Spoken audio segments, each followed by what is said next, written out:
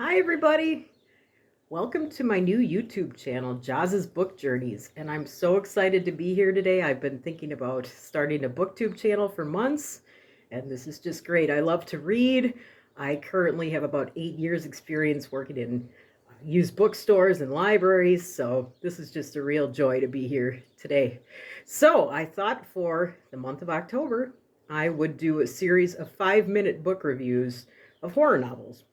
And since it is late September here, and we're still having temperatures of about 75 to 80 degrees, I live in Milwaukee, Wisconsin. I don't know about all of you guys, but yeah, it still feels like summer to me. So I thought I would start with a summer bestseller that was adapted into a blockbuster movie, Peter Benchley's Jaws. Now, I assume many of you are familiar with the Steven Spielberg movie. It was made in 1975, starring Roy Scheider as Captain Brody, Richard Dreyfuss as Matt Hooper, and Robert Shaw as Captain Quint. And for many people, I think it terrified them to go in the water for a long time because despite the fact that the effects are not, CGI and what they are today, I still think the shark was effective and scary.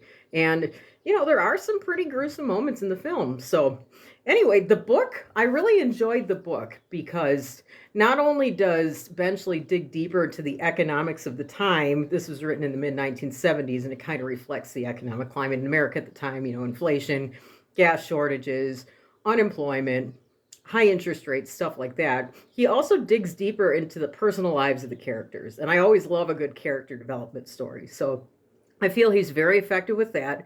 The book and the movie are a bit different. The book, no spoilers here, but it contains some infidelity, some mafia, a little mafia subplot. So the movie doesn't dwell on that at all. The movie kind of touches on the economic realities of the island. Basically, the dilemma the mayor faces is whether to close the beaches or open the beaches, because if the beaches are open, it brings in the tourists, and that's how the people of Amity Island survive, mostly off tourism. And they survive off the summer tourist season. In the winter, they just use their earnings from the summer to go about their business. So if the beaches are closed, tourism's going to dry up. But if the beaches are open, people could get attacked and killed by the sharks. So the moral dilemma is something I always love in movies. I always love that in books. So I think Benchley captures it very well. And I think Spielberg is pretty effective at that too. But I think Benchley digs a little more into the economic realities of the people on the island, namely Captain Brody's wife, Ellen, who is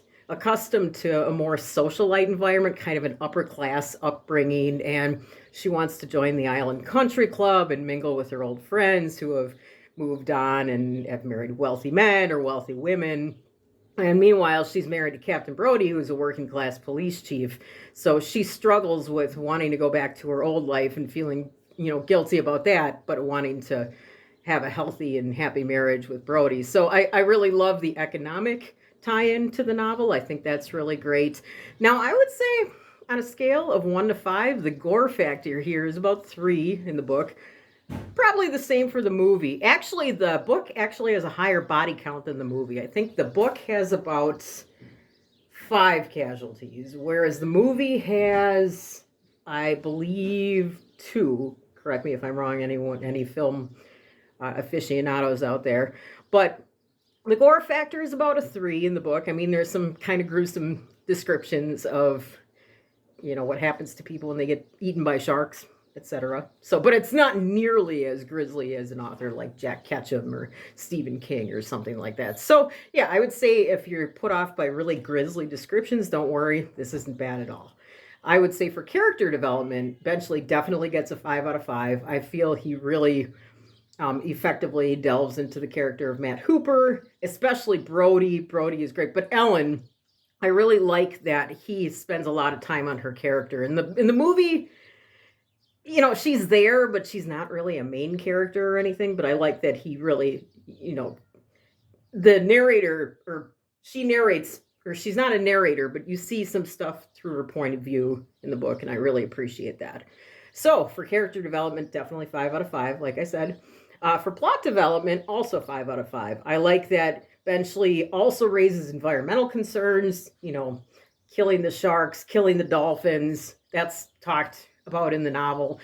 Not really so much in the movie, but you know, the 70s was the decade of Earth Day and environmental consciousness and everything. So I do like that Benchley raises that point as well in the novel. The economic realities of the situation, very good. Just the terror of knowing that this big giant monster's out there and it's basically, you know, terrorizing the residents of the island and the tourists and demolishing their economy essentially. So I think it's a great story. I think it's well worth reading. It's a short read. The copy I have here is about, let's see here, roughly 311 pages. And just a disclaimer, this copy is from the Milwaukee Public Library System. If you're in Milwaukee County, I highly recommend getting a library card today. It's a wonderful system. You can pretty much borrow everything from ebooks to audiobooks to books, DVDs, CDs, what have you. So definitely get your library card today. So, you know, in the comments, let me know what you think. If you've read the book Jaws, if you've seen the movie and you want to read the book, let me know your thoughts on that. If you enjoyed this content, please feel free to hit that subscribe button and like my comments like my video, and definitely post a comment below. I'd love to hear what you have to say. So thank you so much for watching, and happy reading. Bye.